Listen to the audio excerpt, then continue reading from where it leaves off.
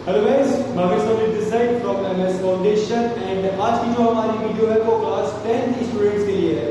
Class 10th में वो students जो हाल ही में पास ओवर क्लास 11 गए हैं एंड जिन्होंने कॉमर्स लाइन वहां पे चूज किया है। अगर आपने क्लास 11 में कॉमर्स किया है तो आपको ये पता होना चाहिए कि क्लास 11 में कॉमर्स में आपके तीन मेन सब्जेक्ट्स होते हैं, that is accounting, economics and business. आज हम बात करेंगे अकाउंट्स की एंड ये हमारे क्लास 11 का लेक्चर नंबर 1 है, जहां पे हम डिस्कस करेंगे बेसिक अकाउंटिंग टर्म्स। ये आपके क्लास 11 के बुक में चैप्टर नंबर 2 है, बेसिक अकाउंटिंग टर्म्स में। और यहां से हम इसीलिए स्टार्ट कर रहे हैं क्योंकि कॉमर्स वर्ड या अकाउंटिंग वर्ड आपके लिए काफी नया है एंड हम अगर बात करेंगे कोई भी नई चीज सीखने से पहले हमको उसका बेसिक पता होना चाहिए। तो हम यहाँ पे बात करेंगे बेसिक अकाउंटिंग टर्म्स की कि ऐसे कौन कौन से वर्ड्स हैं जो अकाउंटिंग में आपके काम आते हैं या अकाउंटिंग में हम आगे जाकर इस्तेमाल करते हैं।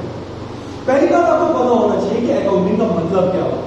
अगर आपके दिमाग में ये है कि हम एक पेज लेते हैं और जहां से पैसे आ रहे हैं वो एक तरफ, जहां से पैसे जा रहे हैं वो एक तरफ एंड पैसे बच गए तो अच्छी बात है, ना बचे तो बुरी बात है, वो हमारी अकाउंटिंग नहीं होती है। अकाउंटिंग एक तरीके से आर्ट है, एक तरीके से हमारी स्किल है एंड अकाउंटिंग का प्रॉपर मीनिंग एक तरीके से ये होता है कि सिस्टमेटिक रिकॉर्ड हमको करना है फाइनेंशियल ट्रांजैक्शन।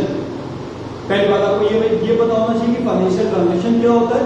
जैसे कि अकाउंट्स में आगे जाकर एक वर्ड इस्तेमाल होता है separate legal entity. Separate legal entity मतलब बिजनेस की अलग से एक पहचान होती है। जैसे कि अगर हम बात करते हैं रिलायंस जियो की, तो हम बात करते हैं कि हमने रिचार्ज करवाया है जियो में, ना कि हमने रिचार्ज करवाया अंबानी के सिम में। मतलब यहां पर यह है कि बिजनेस अलग होता है एंड बिजनेसमैन अलग होता है। इस पॉइंट का मतलब ये हुआ separate legal entity, that is हमारा बिजनेस अलग होता है एंड बिजनेसमैन अलग होता है। बिजनेसमैन को हम ऑनर भी कहते हैं, प्रोप्राइटर भी कहते हैं, या फिर जो भी वर्ड अगर हम वहां पे इस्तेमाल करें वो अलग है एंड हमारा बिजनेस अलग है। हम अकाउंटिंग करते हैं यहाँ पे हमारे बिजनेस की, ना कि बिजनेसमैन। अकाउंटिंग हम यहाँ पे करते हैं business point of view, not businessman point of view.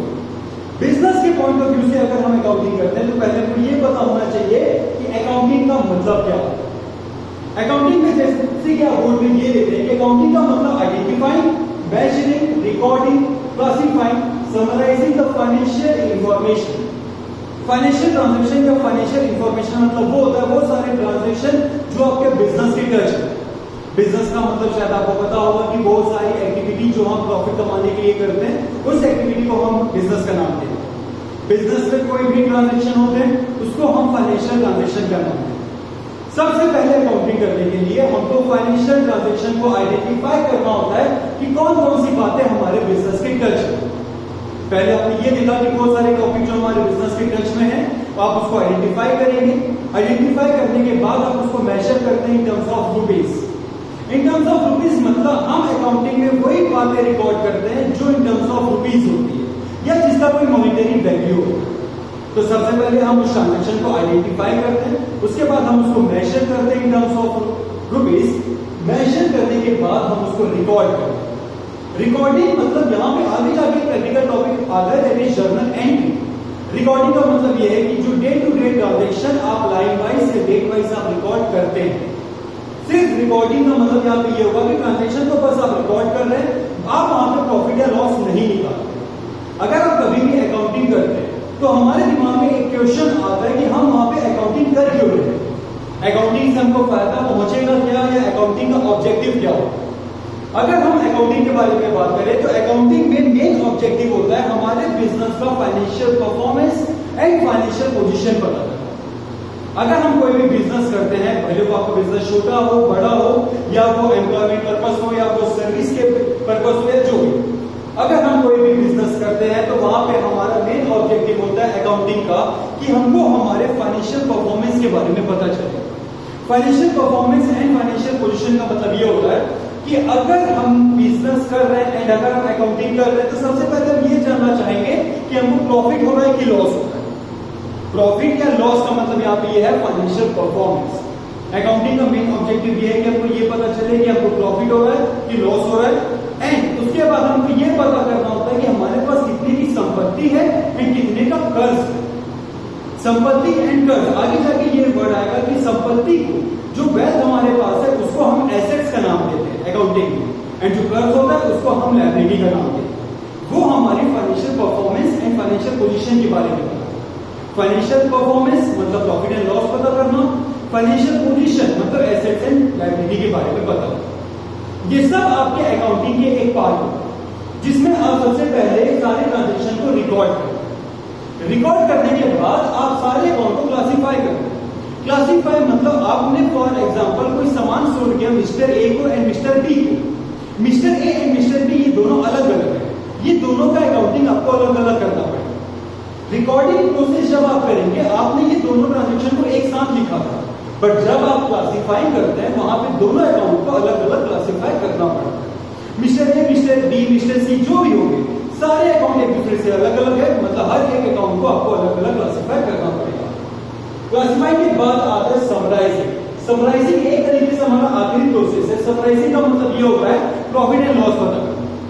सबसे पहले आपने फाइनेंशियल ट्रांजैक्शन को आइडेंटिफाई किया, आपने इन टर्म्स ऑफ रुपीस उसको मेजर किया, आपने उसको रिकॉर्ड किया। रिकॉर्ड करने के बाद आपने क्लासिफाई किया, हर एक अकाउंट को आपने अलग अलग किया एंड उसके बाद आप समराइज कर। समराइज एक तरीके से कैलकुलेशन पार्ट है जो कि हम साल के आखिरी में करें। साल का आखिरी मतलब साल दो तरीके के होते हैं, एक होता है हमारा कैलेंडर ईयर एंड एक होता है अकाउंटिंग ईयर। कैलेंडर ईयर मतलब जो कि 1 जनवरी की स्टार्ट होता है एंड 31 दिसंबर की खत्म होता है। जैसे कि हम 2019 के बारे में बात करें, 1 जनवरी 2019 जो कि खत्म हुआ था 31 दिसंबर 2019 के, ये हमारा कैलेंडर ईयर। अकाउंटिंग ईयर के बारे में अगर हम बात करें तो अकाउंटिंग ईयर आपका स्टार्ट होता है 1 अप्रैल के हमारा अकाउंटिंग ईयर स्टार्ट होता है, जो कि नेक्स्ट ईयर के 31 मार्च में अकाउंटिंग ईयर हमारा खत्म होता है। अगर आपने कॉमर्स लाइन चूज किया तो आपको यह पता होना चाहिए कि हमको 1 जनवरी और 31 दिसंबर से मतलब नहीं है, हमको 1 अप्रैल और अगले साल के 31 मार्च से मतलब। रिकॉर्डिंग हम डे वाइज करते हैं, हम रोज ट्रांजेक्शन को रिकॉर्ड करते हैं, क्लासिफाई करते हैं। बट अगर हम बात करें समराइजिंग की, समराइजिंग मतलब प्रॉफिट एंड लॉस निकालते हैं।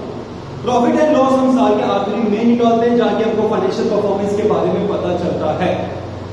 समराइजिंग मतलब प्रॉफिट एंड लॉस निकालना, जहां पे हम trading profit and loss account एक बैलेंस शीट हम बनाते हैं। बैलेंस शीट एक तरीके से होता है जहां पे 2 कॉलम होते हैं, एसेट्स एंड लायबिलिटी का, जहां पे फाइनेंशियल पोजीशन के बारे में हमको पता चलता है। ये सारे प्रोसेस आपका होता है समराइजिंग, मतलब आइडेंटिफिकेशन से स्टार्ट होना एंड प्रॉफिट एंड लॉस और बैलेंस शीट बनाने पे खत्म होना, ये हमारा अकाउंटिंग होता है। अकाउंटिंग में जो मैंने आपको बताया कि सेपरेट लीगल एंटिटी वर्ड आपको याद रखना है कि जब भी आप अकाउंट्स पढ़ रहे हैं, बिजनेस और बिजनेसमैन ये दोनों अलग अलग होते हैं। अकाउंटिंग हम करते हैं बिजनेस पॉइंट ऑफ व्यू से, ना कि बिजनेसमैन पॉइंट ऑफ व्यू से। अब अगर हम बात करते हैं नेक्स्ट पॉइंट में, तो नेक्स्ट पॉइंट यहां पे लिखा हुआ है कैपिटल।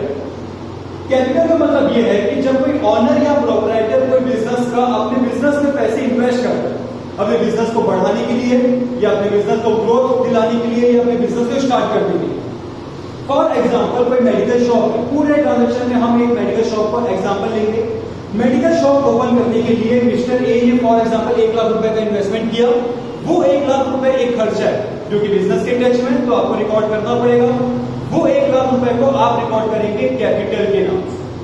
कैपिटल का मतलब सिर्फ ये होता है कि capital is the amount invested by the owner in the business. Owner जो बिजनेस में पैसे इन्वेस्ट करता है अपने बिजनेस को ग्रोथ दिलाने के लिए या बिजनेस को स्टार्ट करने के लिए, उसको हम नाम देते हैं कैपिटल। आप अपने बिजनेस में या तो पैसे इन्वेस्ट करते हैं या तो एसेट्स को इन्वेस्ट करते हैं या एसेट्स पुट करते हैं। तो बिजनेस में सबसे इंपॉर्टेंट जो हमारे लिए बेनिफिशियल का मतलब होता है एसेट्स। एसेट्स का मतलब होता है संपत्ति। हमारे बिजनेस में कोई भी प्रॉपर्टी, कोई भी थिंग्स या कोई भी कमोडिटी, वो सारी चीजें जो आपने पैसे देकर खरीदी है, वो सारी चीजें जो आपने पैसे देके उसकी ओनरशिप खरीदी है, जो आगे जाकर आपको पैसे कमाने में हेल्प करता है। जैसे कि हम एग्जांपल लेंगे, पैसे देकर मैंने अपने घर के लिए टीवी खरीदा, पैसे देकर मैंने अपने घर के लिए फ्रिज खरीदा, वो सब मेरे लिए एसेट्स नहीं है, क्योंकि वो सब मेरे को पैसे कमाने में हेल्प नहीं करते। मैं फिर से वही पॉइंट बता रहा हूं कि सेपरेट लीगल एंटिटी। मैंने टीवी खरीदा, वो बिजनेसमैन के लिए है। मैंने फ्रिज खरीदा, वो बिजनेसमैन के लिए है, ना कि मेरे बिजनेस के लिए है। बिजनेस अलग होता है एंड बिजनेसमैन अलग होता है अकाउंटिंग पॉइंट ऑफ व्यू से। हम अकाउंटिंग करते हैं हमारे बिजनेस की। तो हम अगर बात करें कि बिजनेस में कोई भी चीजें खरीदना जिसकी एक मॉनिटरी वैल्यू है, पैसे देके आपने उसकी ओनरशिप खरीदी, जो कि आगे जाकर आपको पैसे कमाने में हेल्प करता है, उसको हम नाम देते हैं एसेट्स। इसकी एक डेफिनेशन होती है like it is the property owned by the business, in other words anything which will able the firm to get cash और get benefit in the future. वो सारी चीजें जो हमको पैसे कमाने में हेल्प करे, या वो सारी कमोडिटी थिंग्स प्रॉपर्टी जो आगे जाकर हमको बेनिफिट दे, वो सारी चीजें हमारे लिए एसेट्स होती है। अब कोई भी कमोडिटी या थिंग्स हमारे लिए पैसे कमाने में मदद कर रही है, तो हम कोई भी कमोडिटी से दो तरीके से पैसे अर्न करते हैं। जैसे कि मैंने एग्जांपल लिया एक मेडिकल शॉप का। मेडिकल शॉप में मेडिसिन भी है, मेडिकल शॉप में फर्नीचर भी है, लाइक काउंटर वगैरह जो उसने बना के रखा है। तो मेडिकल शॉप में जो मेडिसिन है वो पैसे कमाने के लिए, तो वो हमारे लिए एसेट्स है। मेडिकल शॉप में सामने उसने काउंटर या फर्नीचर बना के रखा है, वो भी हमारे लिए एसेट्स है, क्योंकि उससे भी हम पैसे अर्न करते हैं। फर्क क्या हुआ ये दोनों में? फर्क ये है कि मेडिकल शॉप में जो मेडिसिन है वो बेचने के लिए है, एंड मेडिकल शॉप में जो फर्नीचर हमने बना के रखा है वो इस्तेमाल करने के लिए। कोई भी कमोडिटी हमारे पास है तो वो हमारे लिए एसेट्स तभी कहलाएगी जब हम उससे आगे जाकर पैसे कमाते हैं। तो पैसे कमाने के दो जरिए होते हैं, या तो हम उसको बेचकर पैसे कमाएं, या तो हम उसको इस्तेमाल करके पैसे कमाएं। एज अ ट्यूशन क्लास अगर हम बात करें कि मेरे क्लास में अगर बेंच डेस्क वगैरह है, तो बेंच एंड डेस्क मेरे लिए एसेट्स है, क्योंकि वो मेरे को पैसे कमाने में हेल्प करते हैं। तो मैं यहाँ पे बेंच एंड डेस्क को सोल्ड करके पैसे नहीं कमा रहा हूं, मैं उसको इस्तेमाल करके पैसे कमा रहा हूं। वो सारी चीज जो मेरे को पैसे कमाने में हेल्प करे वो एसेट्स होती है। तो एसेट्स मतलब कोई भी प्रॉपर्टी, कमोडिटी या थिंग जो आगे जाकर हमको पैसे कमाने में हेल्प करे। साथ ही में आपको ये भी याद रखना है कि एसेट्स जो फ्यूचर में हमको बेनिफिट प्रोवाइड करे। एसेट्स के दो पार्ट होते हैं, that is current assets and non current assets. ये दो कैटेगरी आपके होंगे, current assets and non current assets. Current assets मतलब वो सारी एसेट्स होती है जो हम खरीदते हैं with a purpose to sell or with a purpose to convert them into cash in a short break time, जो कि काफी कम समय में हम उसको सोल्ड कर देते हैं, या फिर हमने उसको खरीदा ही था with a purpose to sell। Like medical दुकान वाला अगर मेडिसिन खरीद रहा है तो वो उसको इस्तेमाल करने के लिए नहीं खरीद रहा है। मेडिकल दुकान वाला मेडिसिन खरीद रहा है तो वो उसको बेचने के लिए ही खरीद रहा है। खरीदते समय पर्पस क्या था? सेल करने का with a short period of time. Short period of time accounting में 1 साल कहा गया। वो सारी एसेट्स जो हम 1 साल से पहले कैश में कन्वर्ट करते हैं या उसको सोल्ड कर देते हैं, वो हमारे लिए करंट एसेट्स होती है। और वो सारी एसेट्स जो हमने खरीदी है, जो हमको पैसे कमाने में हेल्प कर रही है, बट हम उसको सोल्ड करके पैसे नहीं कमा रहे, हम उसको यूज करके पैसे कमा रहे। जैसे मेडिकल शॉप में मेडिसिन बेचकर अगर वो पैसे कमा रहा है with the purpose to sell, तो वो उसके लिए करंट एसेट्स। बट मेडिकल दुकान में सामने में अगर उसके पास कोई फर्नीचर है, या उसके पास कोई अलमारी है, या कोई भी चीज अगर उसके पास है with the purpose to use, तो कोई भी चीज अगर उसके पास है जो वो यूज करके पैसे कमा रहा है, तो उस एसेट्स को हम नाम देते हैं non current assets. Non current assets का मतलब होता है कि वो सारी एसेट्स जो हमने खरीदी है, जो हमको पैसे कमाने में हेल्प कर रहा है, but not for the purpose to sell but with the purpose to use. हम उसको यूज करने के लिए खरीद रहे हैं। जैसे कि फॉर एग्जांपल मेरी क्लास अगर है तो बेंच एंड डेस्क या बोर्ड, ये सारी चीजें मेरे लिए नॉन करंट एसेट्स है, क्योंकि ये सब जो मैंने खरीदा है मेरे को पैसे कमाने में हेल्प कर रही है, बट ये सारी चीजें मैं सोल्ड करके पैसे नहीं कमा रहा। कोई भी चीज अगर आप खरीद रहे हैं पैसे कमाने के लिए, तो वो आपके लिए एसेट्स होती है।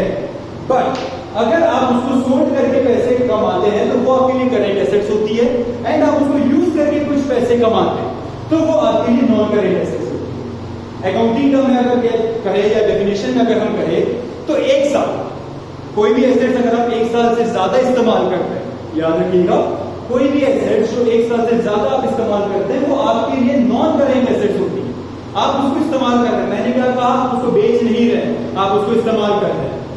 आपने land, building, plant, machinery, furniture, vehicle, computer, कुछ भी चीज आपने खरीदा, ये सब आप इस्तेमाल करने के लिए खरीदते हैं। तो कोई भी चीज आप खरीद रहे हैं जो आगे जाकर आपको पैसे कमाने में हेल्प करे, वो एसेट्स होती है। बट अगर आप उसको बेचकर पैसे कमाते हैं तो वो करंट एसेट्स होती है, एंड आप उसको यूज करके पैसे कमाते हैं तो वो आपके लिए नॉन करंट एसेट्स होती है, जिसको हम फिक्स्ड एसेट्स का भी नाम देते हैं। फिक्स्ड एसेट्स आगे जाकर 2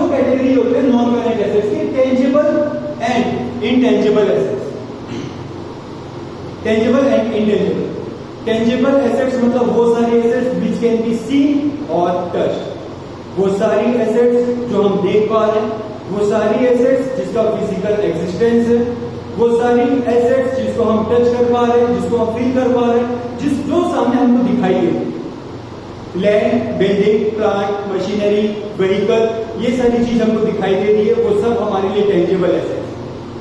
तो अगर आपके दिमाग में अब ये आ रहा है कि ऐसी कौन सी एसेट्स है जो दिखाई नहीं देती बट फिर भी हम पैसे कमाना चाह रहे हैं, तो वो एक होता है फॉर एग्जाम्पल गुडविल। गुडविल एक टॉपिक है जो मैंने पिछले वीडियो में भी बताया था, बट वो वीडियो क्लास 12 वालों के लिए थी कि गुडविल का मतलब क्या होता है कि गुडविल हमारे बिजनेस की रेपुटेशन होती है, जिसमें रेपुटेशन अगर अच्छी है तो आगे जाकर बिना ज्यादा मेहनत किए हम एक्स्ट्रा प्रॉफिट अर्न करते हैं। बेस लाइन वहां पे वही है कि वो सारी चीजें जो पैसे कमाने में हमको हेल्प करे वो हमारे लिए एसेट्स होती है। बट गुडविल हमारे बिजनेस की रेपुटेशन, हमारे बिजनेस की इमेज काफी ज्यादा अच्छी है, तो बिना ज्यादा मेहनत किए हमको एक्स्ट्रा प्रॉफिट कमाना आसान है। बट हम गुडविल को देख नहीं सकते, हम उसको सिर्फ फील कर सकते हैं। गुडविल का कोई फिजिकल एग्जिस्टेंस नहीं होता, बट फिर भी हम उससे पैसे कमा रहे हैं तो एसेट्स है। बट अगर हम उसको देख नहीं पा रहे हैं, उसका कोई फिजिकल एग्जिस्टेंस नहीं है, तो वो हमारे लिए इंटेंजिबल एसेट। इंटेंजिबल एसेट का मेन एग्जांपल हमारे लिए वही है, दैट इज गुडविल। गुडविल के अलावा कई सारे होते हैं like patents, trademark, formulas, software, ये सारी चीजें वो होती है कि जिसको हम देख नहीं पाते हैं, तो हम सिर्फ उसको फील कर पाते हैं, बट उसका एक मॉनिटरी प्राइस होता है, उसकी एक मॉनिटरी वैल्यू होती है जो पैसे कमाने में हेल्प करता है। बट हम उसकी फिजिकल एग्जिस्टेंस नहीं है, तो वो इंटेंजिबल एसेट्स है। एंड वो सारी एसेट्स जिसका फिजिकल एग्जिस्टेंस है उसको हम नाम देते हैं टेंजिबल एसेट्स।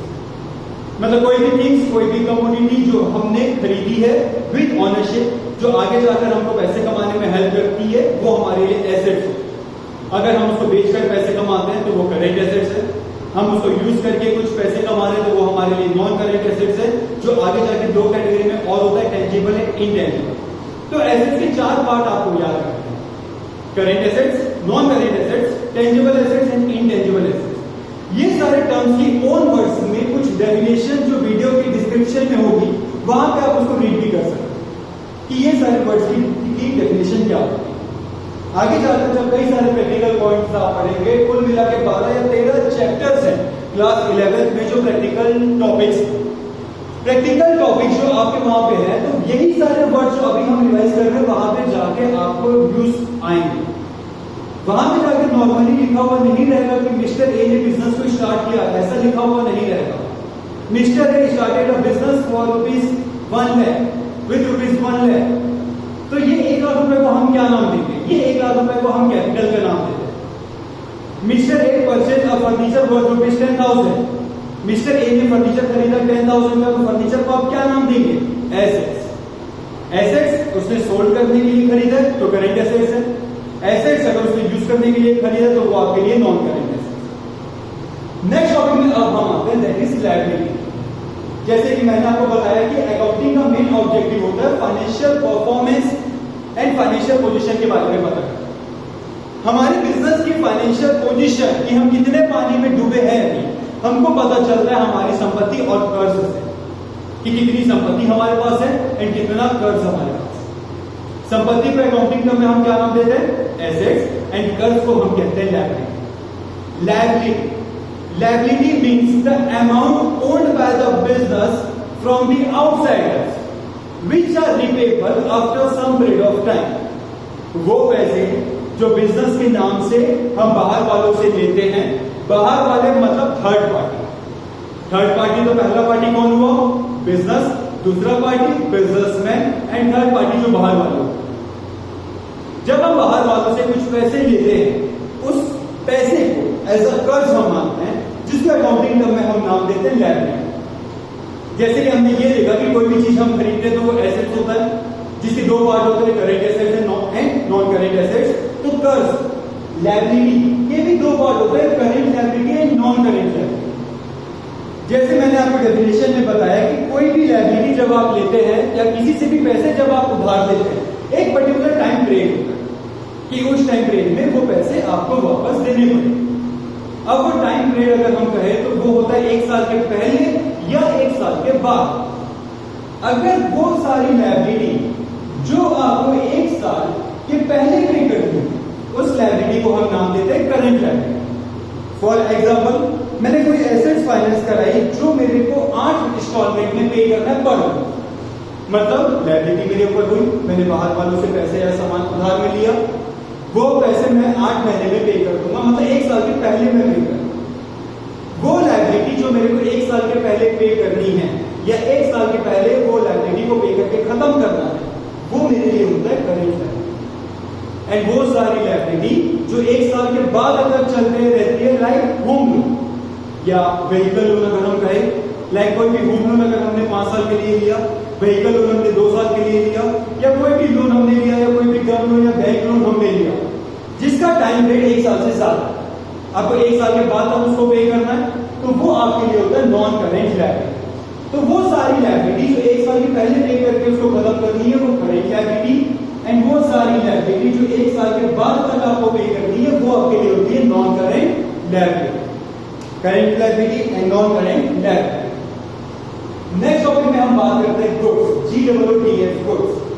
गुड्स मतलब नॉर्मल टर्म में हम उसको बोलते हैं कि दुकान में रखा जो सामान होता है, सामान को हम गुड्स कहते हैं।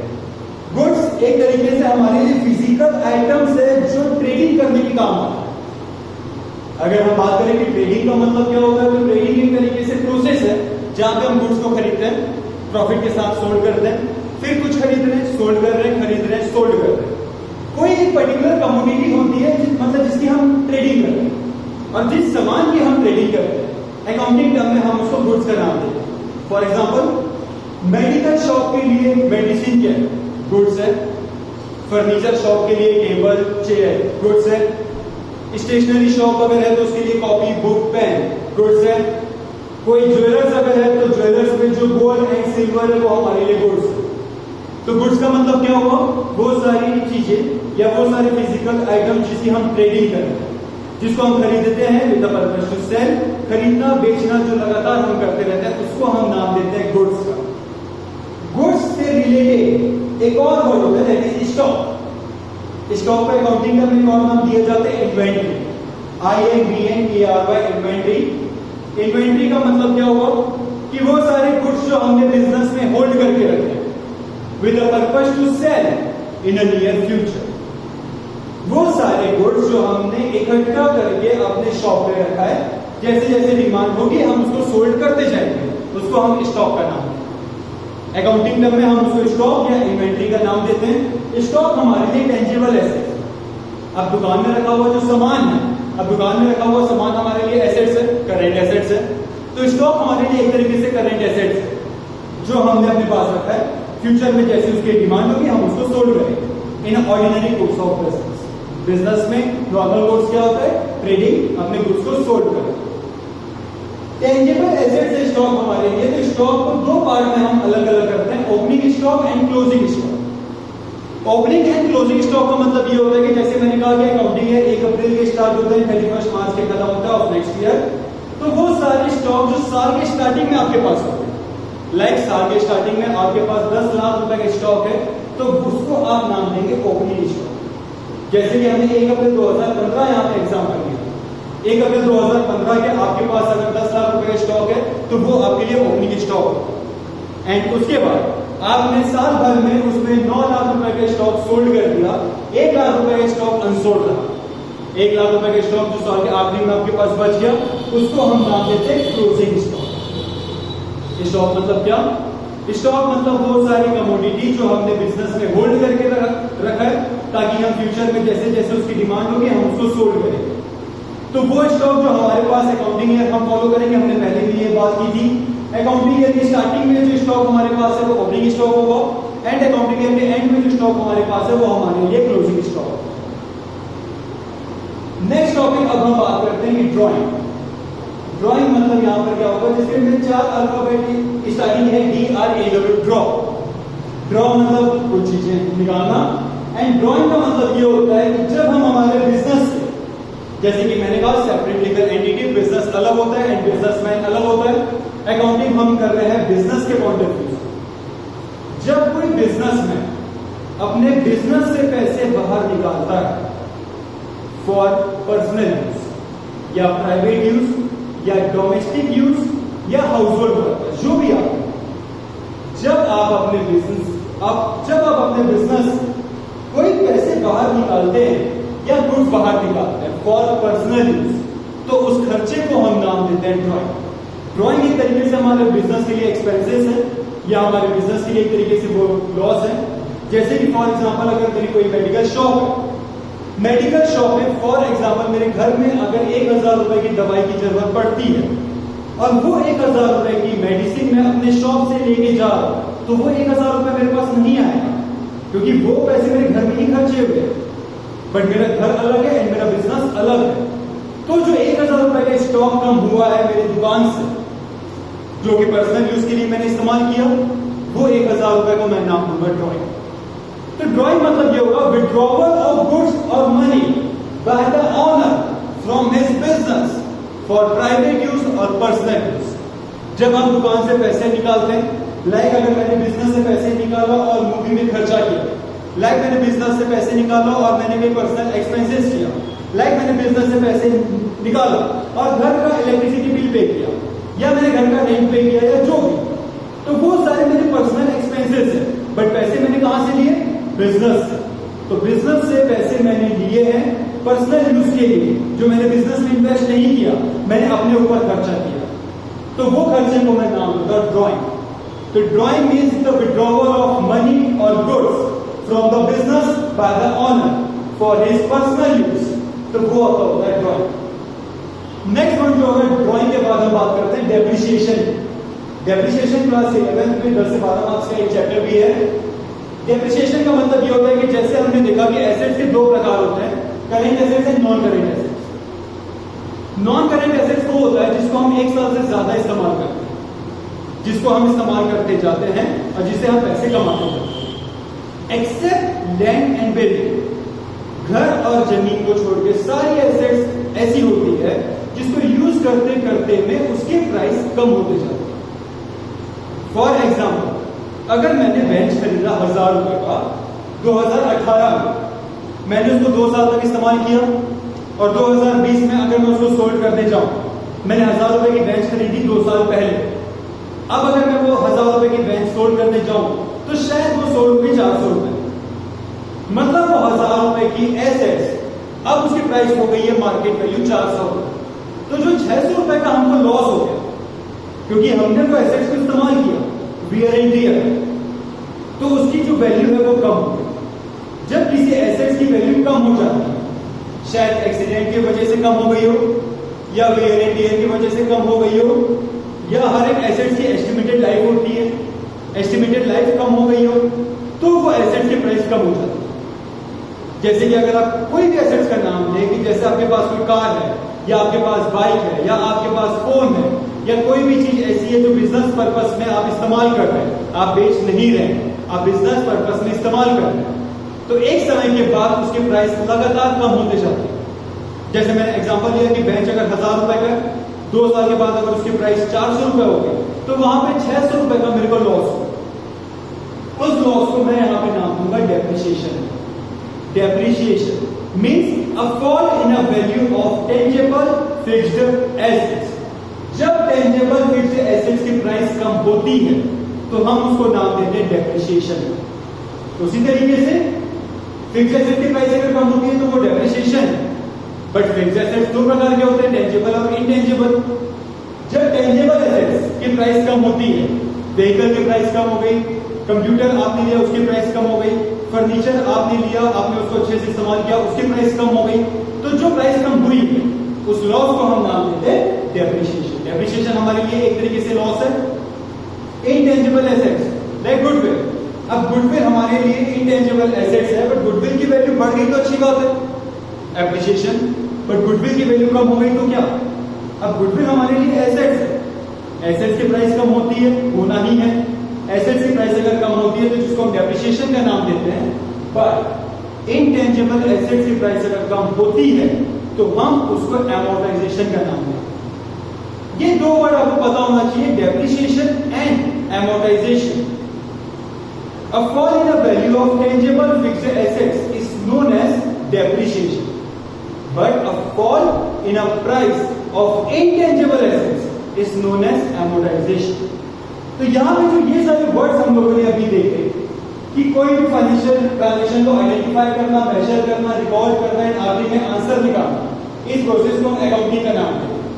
जब कोई ऑनर बिजनेस में पैसे इन्वेस्ट करता है इन फॉर्म ऑफ मनी और एसेट्स, वो हमारे लिए कैपिटल है। पैसे इन्वेस्ट करके हम एसेट्स खरीदते हैं जो आगे जाकर हमको पैसे कमाने में हेल्प करता है।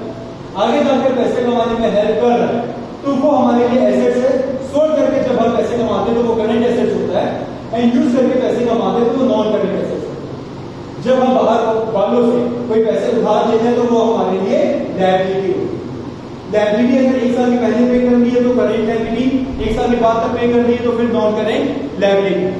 वो सारी सामान जो हमने दुकान में रखा है ट्रेडिंग करने के लिए, लाइक कपड़ा दुकान में कपड़ा रखा हुआ है, ज्वेलर्स दुकान में गोल्ड एंड सिल्वर रखा हुआ है, स्टेशनरी दुकान में कॉपी पेन रखी हुई है, जिसकी हम ट्रेडिंग करते हैं, हम उसको गुड्स का नाम देते हैं। वो गुड्स जो हम अपने शॉप में होल्ड करके रखते हैं, फ्यूचर में सोल्ड करने के लिए वो स्टॉक होता है। स्टॉक जो साल के स्टार्टिंग में होता है 1 अप्रैल के, उसको हम ओपनिंग स्टॉक का नाम देते हैं। जो साल के एंड में होता है उसको हम क्लोजिंग स्टॉक का नाम देते हैं। कोई भी एसेट्स अगर हम खरीद रहे हैं, आगे जाके उसकी प्राइस कम होती है because of year and year, because of use, because of accident, because of efflux of time, या कई सारे रीजन होते हैं जिसकी वजह से एसेट्स की प्राइस कम होती है। उसको हम नाम देते हैं डेप्रिसिएशन। बिजनेस से जब हम पैसे या गुड्स बाहर निकालते हैं पर्सनल यूज के लिए, उस खर्चे को हम नाम देते हैं ड्रॉइंग। तो ये सारे पॉइंट्स वहां पे होते हैं। टोटल अभी हम लोगों ने जो 8 पॉइंट्स पढ़े हैं, जो हमारे लिए एक तरीके से बेसिक अकाउंटिंग टर्म्स हैं, ये सारे टर्म्स आपको याद रखने हैं जो आगे जाकर आप इस्तेमाल करते रहेंगे। अब नेक्स्ट टॉपिक हम यहाँ पे स्टार्ट करेंगे रिसिप्ट एंड एक्सपेंडिचर। रिसिप्ट का मतलब जो बिल रिसिप्ट वाला है वो वाला रिसिप्ट यहाँ पे नहीं है। रिसिप्ट का मतलब यहाँ पे होता है पैसे आना एंड एक्सपेंडिचर एक अकाउंटिंग वर्ड है जहां का मतलब होता है पैसे जाना। एक्सपेंडिचर मतलब पैसे जाना। तो पहले हम ये देखेंगे कि एक्सपेंडिचर का मतलब यहाँ पर क्या होता है कि एक्सपेंडिचर मतलब पैसे जाना अगर है तो पैसे जाते कहां पर? पैसे अगर जा रहे हैं तो पैसे फॉर एग्जांपल कोई चीज अगर खरीदने में जाती है तो कोई भी चीज अगर हम खरीदते हैं तो उसको हम एसेट्स का नाम देते हैं। जैसे हमने पहले देखा है एसेट्स के 2 पार्ट थे आपके, current assets and non current assets. Current assets मतलब वो एसेट जिसको हम सोल्ड करने के लिए खरीदते हैं, वो एसेट जिसको हम यूज करने के लिए खरीदते हैं वो होता है आपका नॉन करेंट एसेट्स। वैसे ही आपके एक्सपेंडिचर का जो नेचर है वो 2 पार्ट में अलग करते हैं। एक्सपेंडिचर के 2 पार्ट होते हैं, revenue expenditure and capital expenditure. Revenue word वहां पे आता है जहां पे हम बात करते हैं ऑर्डिनरी कोर्स ऑफ बिजनेस की या recurring nature. Ordinary course of business या रेकरिंग नेचर का मतलब ये होता है कि जो आपके बिजनेस के लिए नॉर्मल टर्म, जैसे कि हम खर्चे के बारे में बात कर रहे हैं कि फॉर एग्जांपल मेरी कोई मेडिकल शॉप अगर है तो मेडिकल शॉप में मेडिसिन खरीदना नॉर्मल बात है। मेडिकल शॉप का रेंट पे करना, इलेक्ट्रिसिटी बिल पे करना, स्टाफ का सैलरी पे करना नॉर्मल बात है। तो वो सारी चीजें मेरे लिए काफी नॉर्मल बात है। बट अगर मैं ये कहूं कि मेडिकल शॉप में मैंने फर्नीचर खरीदा, मेडिकल शॉप में मैंने एसी खरीदा, मेडिकल शॉप में मैंने टेबल खरीदा, तो वो सारी चीजें मेरे लिए नॉर्मल कोर्स ऑफ बिजनेस की बात नहीं है क्योंकि फर्नीचर में डेली नहीं खरीदता। ठीक है, तो ordinary and non ordinary course of business ये दोनों अलग अलग पार्ट होते हैं। वो नेचर जो आपके लिए ऑर्डिनरी है, अगर आप वहां पे कुछ खर्चा करते हैं उस खर्चे को आप नाम देते हैं रेवेन्यू एक्सपेंडिचर। वो एक्सपेंडिचर का एक पार्ट है। एक्सपेंडिचर का मतलब पैसे जाना। पैसे 2 तरीके से जाते हैं, एक होता है गुड्स एंड सर्विस पे पैसे खर्चे करना और एक होता है एसेट्स पे। फिर से पैसे खर्चा करना मतलब पैसे जाना एक्सपेंडिचर है। पैसे 2 तरीके से जाते हैं, गुड्स और सर्विस के थ्रू पैसे जाना या एसेट्स पे पैसे जाना। अगर गुड्स और सर्विस जो आपके लिए नॉर्मल कोर्स ऑफ बिजनेस है, स्टाफ को सैलरी पे करना, इलेक्ट्रिसिटी बिल पे करना, रेंट पे करना, ये आपके लिए नॉर्मल कोर्स ऑफ बिजनेस है। नॉर्मल कोर्स में अगर आप खर्चे करते हैं तो उस नेचर को आप नाम देते हैं रेवेन्यू एक्सपेंडिचर। रेवेन्यू एक्सपेंडिचर का एक और एग्जांपल है कि वो सारे खर्चे जिसका बेनिफिट आपको उसी समय ही मिल जाए। अगर मैंने फॉर एग्जांपल अप्रैल मंथ का कोई रेंट अगर मैंने पे किया तो उसका बेनिफिट मेरे को अप्रैल में ही मिलेगा। मैंने अगर मई के एंड में कोई रेंट अगर पे किया तो उसका बेनिफिट मेरे को 1 महीने ही बस मिलेगा। जिसका बेनिफिट मेरे को उसी एक पर्टिकुलर टाइम के लिए बस मिले, या वो सारे खर्चे जो मेरे लिए रेकरिंग नेचर के हैं उस खर्चे को हम नाम देते हैं रेवेन्यू एक्सपेंडिचर। गुड्स खरीदना, सैलरी पे करना, रेंट पे करना, ये सब आपके लिए नॉर्मल कोर्स ऑफ बिजनेस है। इस खर्चे को अकाउंटिंग टर्म में हम कहते हैं रेवेन्यू एक्सपेंडिचर। नेक्स्ट होता है कैपिटल एक्सपेंडिचर। वो सारे खर्चे जो आप नॉर्मल कोर्स ऑफ बिजनेस में नहीं करते। जैसे मैंने कहा गुड्स एंड सर्विस एक कैटेगरी है, रिमेनिंग एसेट्स खरीदना आपके लिए एक कैटेगरी। लैंड बिल्डिंग आप खरीद रहे हैं, फर्नीचर आप खरीद रहे हैं, व्हीकल आप खरीद रहे हैं, कंप्यूटर प्रिंटर अगर आप खरीद रहे हैं, मतलब पैसे जा रहे हैं। पैसे जा रहे हैं तो एक्सपेंडिचर है, बट ये सारी कैटेगरी में जब आप खर्चे करते हैं तो वो आपके लिए रेकरिंग नेचर नहीं है, ऑर्डिनरी कोर्स ऑफ बिजनेस का काम नहीं है। आप land building plant machinery daily नहीं खरीदते, वो आपके लिए नॉन रेकरिंग नेचर है। वो सारे खर्चे जो आपके लिए नॉन रेकरिंग नेचर के होते हैं या ऑर्डिनरी कोर्स ऑफ बिजनेस से हट के होते हैं, उस खर्चे को आप नाम देते हैं कैपिटल एक्सपेंडिचर। तो खर्चे की दो कैटेगरी होते हैं। खर्चा मतलब पैसे जाना ही होता है, ठीक है, बट उसकी दो कैटेगरी होती है। अगर वो खर्चा नॉर्मल कोर्स ऑफ बिजनेस के लिए है तो वो आपके लिए रेवेन्यू नेचर है, बट वो खर्चा नॉर्मल कोर्स ऑफ बिजनेस के लिए नहीं है, लाइक एसेट्स खरीदना, तो वो आपके कैपिटल नेचर का होता है। Revenue expenditure and capital expenditure. आपने गुड्स खरीदा, वो आपके लिए रेवेन्यू एक्सपेंडिचर था। अब उसका मैं जस्ट अपोजिट कहता हूं कि गुड्स आपने सोल्ड किए, आपने गुड्स खरीदा, पैसे गए, रेवेन्यू एक्सपेंडिचर। अब आपने गुड्स को सोल्ड किया, पैसे आ रहे, तो पैसे आना गुड्स को सोल्ड करने से, that is known as revenue receipt. Receipt का मतलब वही होगा पैसे आना। तो पैसे अगर आपके पास आ रहे तो पैसे या तो गुड्स और सर्विस को सोल्ड करने से पैसे आते हैं या तो एसेट्स को सोल्ड करने से पैसे आते हैं। गुड्स एंड सर्विस सोल्ड करना मतलब गुड्स मतलब कोई सामान अगर आप बेच रहे हैं, सर्विस मतलब कोई सर्विस आप प्रोवाइड कर रहे हैं और पैसे आपके पास आते हैं। गुड्स और सर्विस के थ्रू अगर पैसे आपके पास आते हैं तो वो आपके लिए नॉर्मल कोर्स ऑफ बिजनेस है। मेडिकल दुकान वाला मेडिसिन सोल्ड कर रहा है, पैसे आ रहे हैं। ज्वेलर्स दुकान वाला गोल्ड एंड सिल्वर सोल्ड कर रहा है, पैसे उसके पास आ रहे हैं। स्टेशनरी दुकान वाला कॉपी पेन बुक सोल्ड कर रहा है, पैसे उसके पास आ रहे हैं।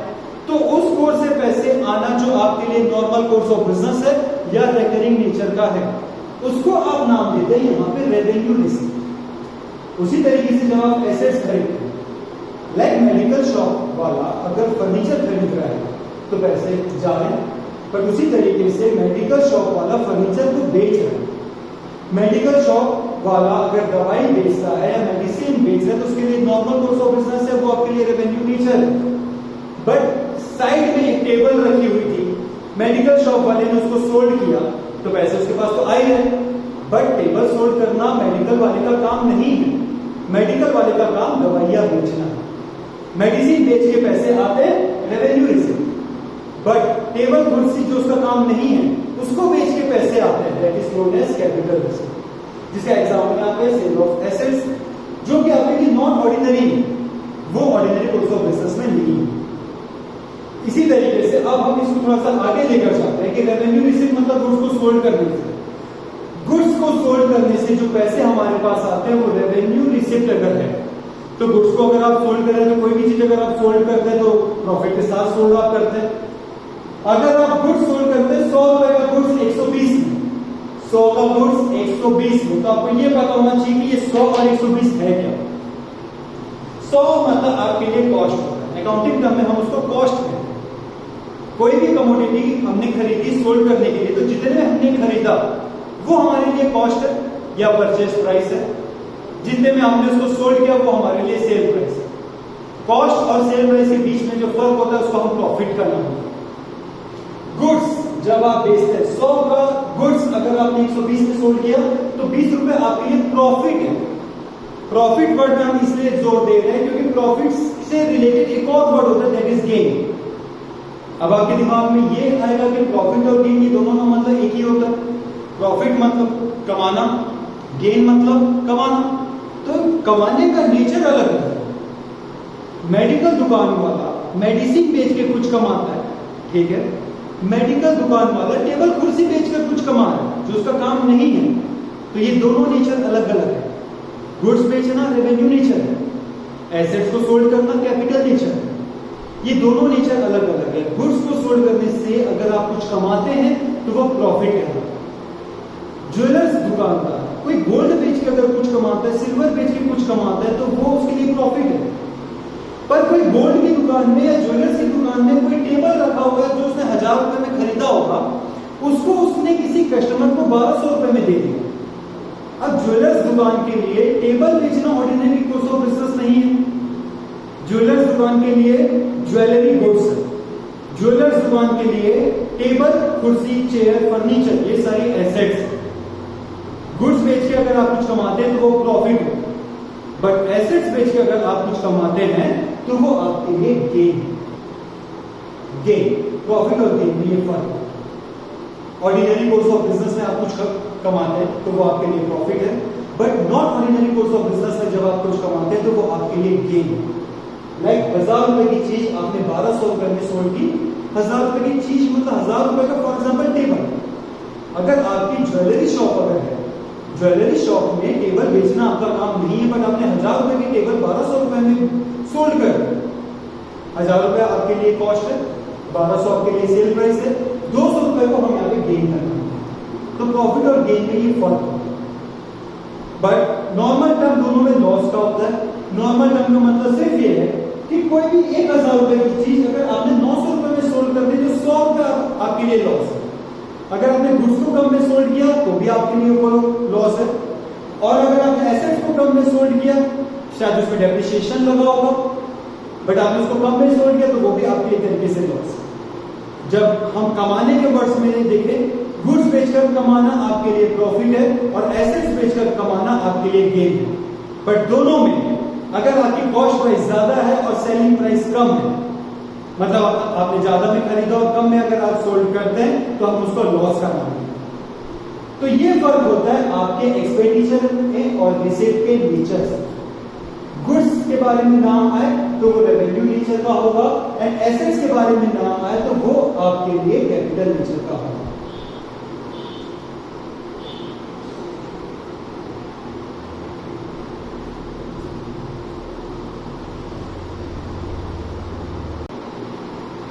इसके बाद जो हम टॉपिक डिस्कस करेंगे वो आपका है एक्सपेंसेस और इनकम। एक्सपेंसेस और इनकम एक्सपेंडिचर जो इसके पहले अभी हम लोगों ने पढ़ा, एक्सपेंडिचर का मतलब था कि पैसे जाना। अब एक्सपेंसेस का मतलब क्या होगा? एक्सपेंसेस का मतलब नॉर्मल हिंदी टर्म में अगर हम कहें तो खर्चा। तो खर्चा मतलब फॉर एग्जांपल हम मूवी जा रहे हैं तो वो भी एक खर्चा है, गाड़ी में पेट्रोल डला रहे हैं वो भी एक खर्चा है, दोस्तों के साथ घूमने जा रहे हैं वो भी एक खर्चा है। नहीं, ये सारे हमारे खर्चे नहीं। ये सारे हमारे खर्चे क्यों नहीं है? क्योंकि हमने वीडियो की स्टार्टिंग में ये देखा, सेपरेट लीगल एंटिटी।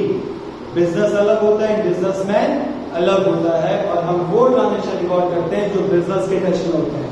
मैं मूवी जा रहा हूं तो ये बिजनेस से रिलेटेड नहीं है, ठीक है? तो बिजनेस एंड बिजनेसमैन। तो बिजनेस में एक्सपेंसेस का मतलब क्या होता है? फॉर एग्जाम्पल रेंट पे करना, सैलरी पे करना, कोई तरीके से इलेक्ट्रिसिटी बिल पे करना, इंश्योरेंस पे करना। तो ये जो सारे खर्चे होते हैं, तो ये जो सारे खर्चे अगर वहां पे हो रहे हैं तो उसको हम एक्सपेंसेस का नाम देते हैं। एक्सपेंसेस का एक प्रॉपर एक लाइन है कि हम एक्सपेंसेस किसको कहते हैं? Cost incurred to generate revenue. वो सारे कॉस्ट को इनकर्ड करना जो हम पैसे कमाने के लिए करते हैं। फॉर एग्जाम्पल एक मेडिकल शॉप है, मेडिकल शॉप वाला अगर उस दुकान का रेंट अगर पे कर रहा है तो क्यों पे कर रहा है? पैसे कमाने के लिए वहां से।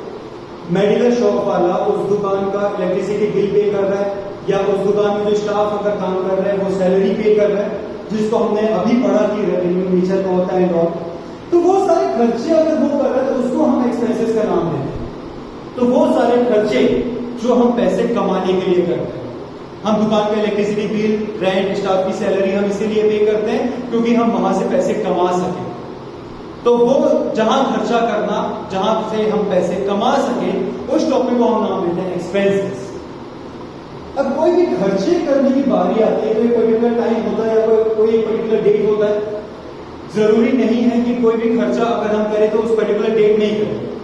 कई बार ऐसा होता है कि हम डेट से पहले खर्चा करते हैं, कई बार ऐसा होता है कि डेट निकल गई होती है फिर भी हम खर्चे नहीं करते या वो एक्सपेंस को हम पे नहीं करते। तो एक्सपेंस के दो पार्ट होते हैं, that is prepaid expenses and outstanding expenses. ये आपके दो अकाउंटिंग वर्ड है एक्सपेंसेस के touch, prepaid expenses and outstanding expenses. Prepaid expenses जैसे आपने ये लिखा होगा कि आपके मोबाइल की सिम भी अगर है तो मोबाइल की सिम प्रीपेड है। प्रीपेड का मतलब क्या होता है? प्रीपेड का मतलब ये कि सर्विस गेन करने से पहले आपने खर्चा किया है। तो कोई भी खर्चा जो हम सर्विस लेने से पहले खर्चा कर देते हैं, उस खर्चे को हम नाम देते हैं prepaid expenses, that is expenses paid in advance.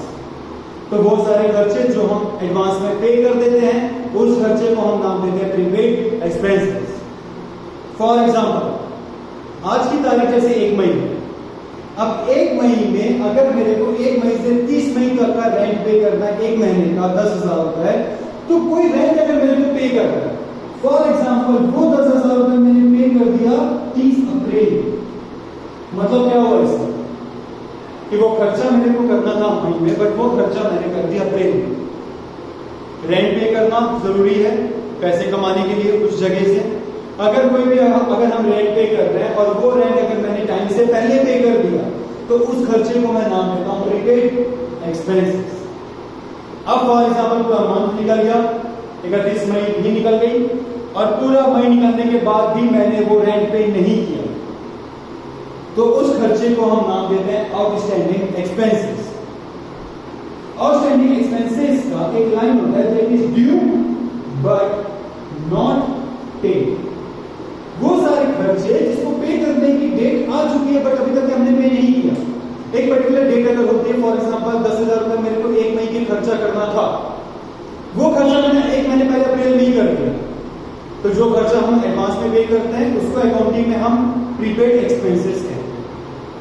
और वो खर्चा जो डेट निकलने के बाद भी हम नहीं करते, ड्यू डेट निकलने के बाद भी वो खर्चा हम नहीं करते हैं, तो उसको हम नाम देते हैं आउटस्टैंडिंग एक्सपेंसेस। ये जो एग्जांपल मैंने बताया, ये एग्जांपल मैंने ऐसे टेनेंट बताया। टेनेंट मतलब जो किराए में किराएदार रह रहा है। किराएदार अगर रेंट पहले पे कर देता है तो उसके लिए प्रीपेड एक्सपेंसेस है। ड्यू डेट निकलने के बाद अगर वो रेंट पे नहीं करता है तो उसके लिए वो आउटस्टैंडिंग एक्सपेंसेस, वो एक्सपेंसेस अभी के आउटस्टैंडिंग एक्सपेंसेस। एक और चीज जो आपको बतानी चाहिए, आउटस्टैंडिंग एक्सपेंसेस हमारे लिए एक तरीके से लायबिलिटी होती है। लायबिलिटी मतलब कर्ज, बहुत सारे खर्चे जिसकी ड्यू डेट निकल चुकी है बट फिर भी हमने पे नहीं किया, तो वो हमारे लिए कर्ज है एक तरीके से। अब हम बात करते हैं इनकम की। इनकम हम यहाँ पे एग्जांपल लेंगे कि अब हम टेनेंट नहीं है, हम यहाँ पे लैंडलॉर्ड, उस घर के हम यहाँ पे मालिक हैं। फॉर एग्जांपल किसी टेनेंट ने अगर मेरे को एडवांस में रेंट पे कर दिया, तो वो टेनेंट के लिए ये प्रीपेड एक्सपेंसेस है, बट मेरे पास तो पैसे आ रहे हैं, मैं वहां पे लैंडलॉर्ड हूं। अगर वो पैसे मेरे पास एडवांस में आ रहे हैं तो मैं उस इनकम को नाम देता हूं, अकाउंटिंग में हम उसको इनकम रिसीविंग एडवांस कहते हैं। अकाउंटिंग टर्म में हम उसको इनकम रिसीविंग एडवांस कहते हैं, जिसका एक और नाम होता है अनअर्न्ड इनकम। वो इनकम जो हमने अभी तक अर्न नहीं की, मई का महीना अभी तक भी नहीं निकला, बट मैंने मई का रेंट वसूल कर लिया, मतलब वो इनकम मैंने अर्न नहीं की बट फिर भी मैंने रिसीव कर ली, वो इनकम है। बट वो इनकम मैंने अभी तक अर्न नहीं की क्योंकि मई का महीना अभी तक नहीं निकला। तो वो सारे खर्चे अगर हम टेनेंट के पॉइंट ऑफ व्यू से बात करें कि कोई भी टेनेंट या कोई भी किराएदार अगर एडवांस में रेंट पे कर दिया, तो उसके लिए प्रीपेड रेंट, प्रीपेड एक्सपेंसेस, और लैंडलॉर्ड के लिए वो इनकम रिसीविंग एडवांस। अब उसी तरीके से फॉर एग्जांपल भाई पूरा ऑर्डर निकल गया, फिर भी आउटस्टैंडिंग एक्सपेंसेस टेनेंट ने पे नहीं किया, तो उसके लिए आउटस्टैंडिंग एक्सपेंसेस है, बट मेरे लिए वो एक तरीके से एक्रूड इनकम, मेरे लिए वो एक तरीके से एक्रूड इनकम। एक्रूड इनकम का मतलब होता है earn but not receive, earn but not receive. मैंने वो पैसे अर्न कर चुके हैं बट अभी तक के मैंने वो पैसे रिसीव नहीं किए। अगर मैं एज ए ट्यूशन टीचर के बारे में अगर मैं बात करूं, एज अ टीचर मैंने कोई भी कोर्स की फीस एडवांस में रिसीव कर ली, तो वो मेरे लिए इनकम रिसीविंग एडवांस है। पर पूरा सेशन निकलने के बाद किसी स्टूडेंट से फीस आना बचा है, तो वो मेरे लिए एक्रूड इनकम, मतलब मैंने सर्विस प्रोवाइड कर दी, मैंने पैसे अर्न, मैं पैसे कमा चुका हूं बट अभी तक के पैसे मेरे पास आए नहीं। सर्विस देने से पहले अगर पैसे आ जाते हैं तो इनकम रिसीविंग एडवांस, और सर्विस देने के बाद भी पैसे नहीं आते हैं तो होता है एक्रूड इनकम। अगर मैं स्टूडेंट के पॉइंट ऑफ व्यू से बात करूं कि कोई स्टूडेंट सेशन की स्टार्टिंग में ही अगर एडवांस पे कर देता है तो स्टूडेंट के लिए वो प्रीपेड एक्सपेंसेस, और पूरा ईयर निकलने के बाद भी अगर वो student for example due date पार होने के बाद भी अगर वो पे नहीं करता है तो वो स्टूडेंट के लिए आउटस्टैंडिंग एक्सपेंसेस। तो ये दो पार्ट आपके होते हैं एक्सपेंसेस के और इनकम के, जिसके दो पार्ट होते हैं। एक्सपेंसेस के दो पार्ट होंगे, prepaid expenses and outstanding expenses. Income के दो पार्ट होंगे, income receiving advance and accrued income. इसमें एक बात है जो आपको और याद रखनी है कि इनकम रिसीविंग एडवांस आपके लिए लायबिलिटी होती है। इनकम रिसीविंग एडवांस आपके लिए लायबिलिटी है। मतलब अगर कोई स्टूडेंट सेशन की स्टार्टिंग में ही अगर मेरे को पूरा फीस पे कर देता है तो वो मेरे लिए एक तरीके से लायबिलिटी है, क्योंकि मेरे को साल भर तक सर्विस देना बचा है और वो पैसे मैंने दे चुके, तो वो मेरे लिए एक तरीके से लायबिलिटी है। उसी तरीके से एक्रूड इनकम मतलब मैंने सर्विस दे दी है, बस पैसे आने बचे, तो बस पैसे आना बचे तो वो हमारे लिए एक तरीके से एसेट है। तो एक्सपेंसेस मतलब बहुत सारे खर्चे जो हम पैसे कमाने के लिए करते हैं। डेट से पहले खर्चा कर देते हैं तो प्रीपेड एक्सपेंसेस, और डेट के बाद भी अगर हम खर्चा ना करें, अगर उसी दिन खर्चा कर देते हैं तो वो नॉर्मल एक्सपेंसेस। डेट से पहले करते हैं तो प्रीपेड है, और डेट निकलने के बाद भी ना करें तो वो हमारे लिए आउटस्टैंडिंग इनकम। अगर हम उसी दिन इनकम हमारे पास आती है तो वो हमारे लिए नॉर्मल इनकम, वो तो आनी ही थी। डेट से पहले अगर हम कोई इनकम रिसीव कर लेते हैं तो वो हमारे लिए इनकम रिसीविंग एडवांस है, और डेट निकलने के बाद भी अगर कोई इनकम आनी बची है तो वो हमारे लिए एक्रूड इनकम है। तो चार अकाउंटिंग वर्ड आपको याद रखने हैं, दो आपके इनकम के टच में और दो आपके एक्सपेंसेस के टच में। एक्सपेंसेस के दो पार्ट होंगे, आउटस्टैंडिंग एक्सपेंसेस और प्रीपेड एक्सपेंसेस। इनकम के दो पार्ट होंगे, income receiving advance and accrued income.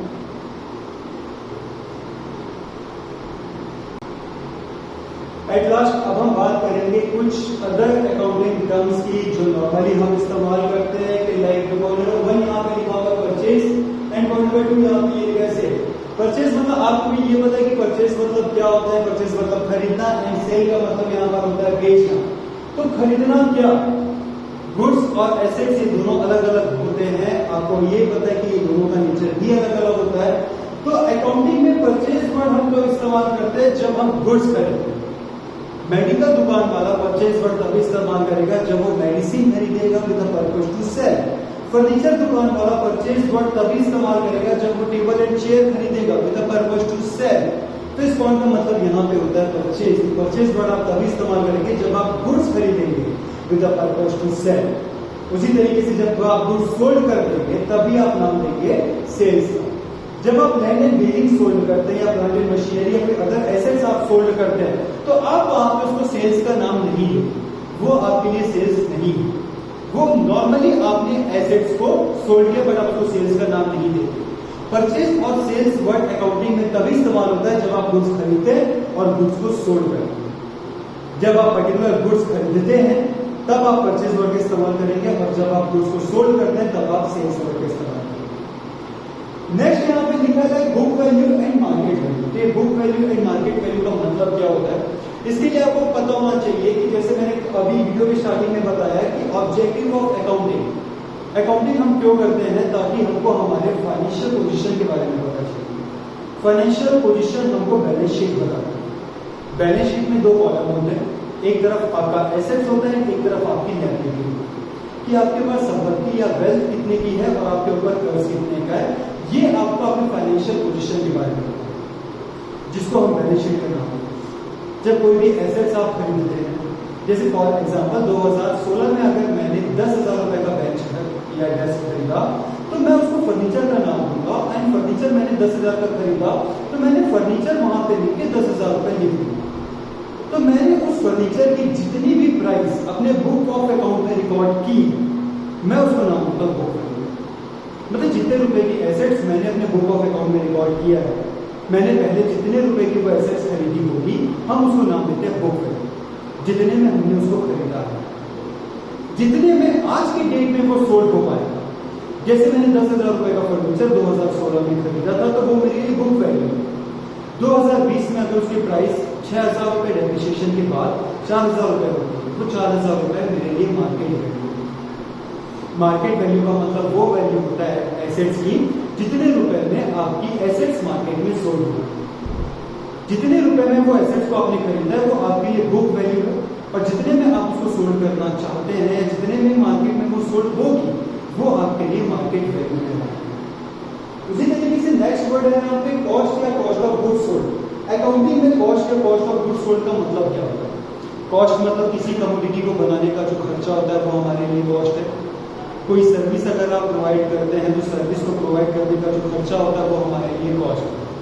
जैसे कि ये मार्कर है, ये मार्कर को बनाने का खर्चा फॉर एग्जांपल 15 रुपए है और ये 20 रुपए में सोल्ड हो गई है, तो 15 रुपए इसके लिए कॉस्ट है और 20 रुपए इसके लिए सेल प्राइस है।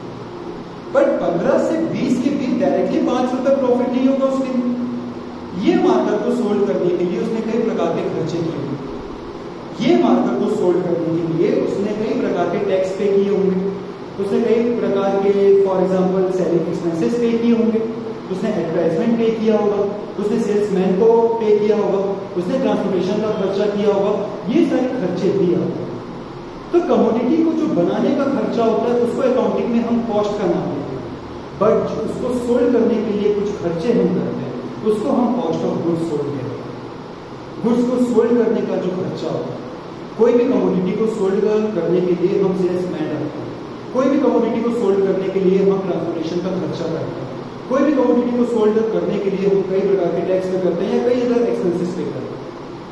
कमोडिटी को बनाने का जो खर्चा होता है वो हमारे लिए कॉस्ट है, बट कमोडिटी को सोल्ड करने के लिए जो खर्चा करते हैं वो हमारे लिए कॉस्ट ऑफ गुड्स सोल्ड है। एंड उसके बाद एक वर्ड आता है डिस्काउंट। डिस्काउंट मतलब आपको भी ये पता है कि जब कोई भी कमोडिटी आप खरीदते हैं या सोल्ड करते हैं तो उसकी प्राइस में कुछ छूट आप देते हैं या छूट आपको मिलती है, तो वो आपके लिए डिस्काउंट है। कोई भी चीज़ अगर आप खरीद रहे हैं तो आपको वहाँ पे डिस्काउंट मिलता है, वो होता है डिस्काउंट रिसीव। अकाउंटिंग में हम उसको डिस्काउंट रिसीव कहते हैं। जब कोई भी चीज़ आप सोल्ड करते हैं तो सामने वाले को डिस्काउंट आप देते हैं, उसको अकाउंटिंग में हम कहते हैं डिस्काउंट अलाउ।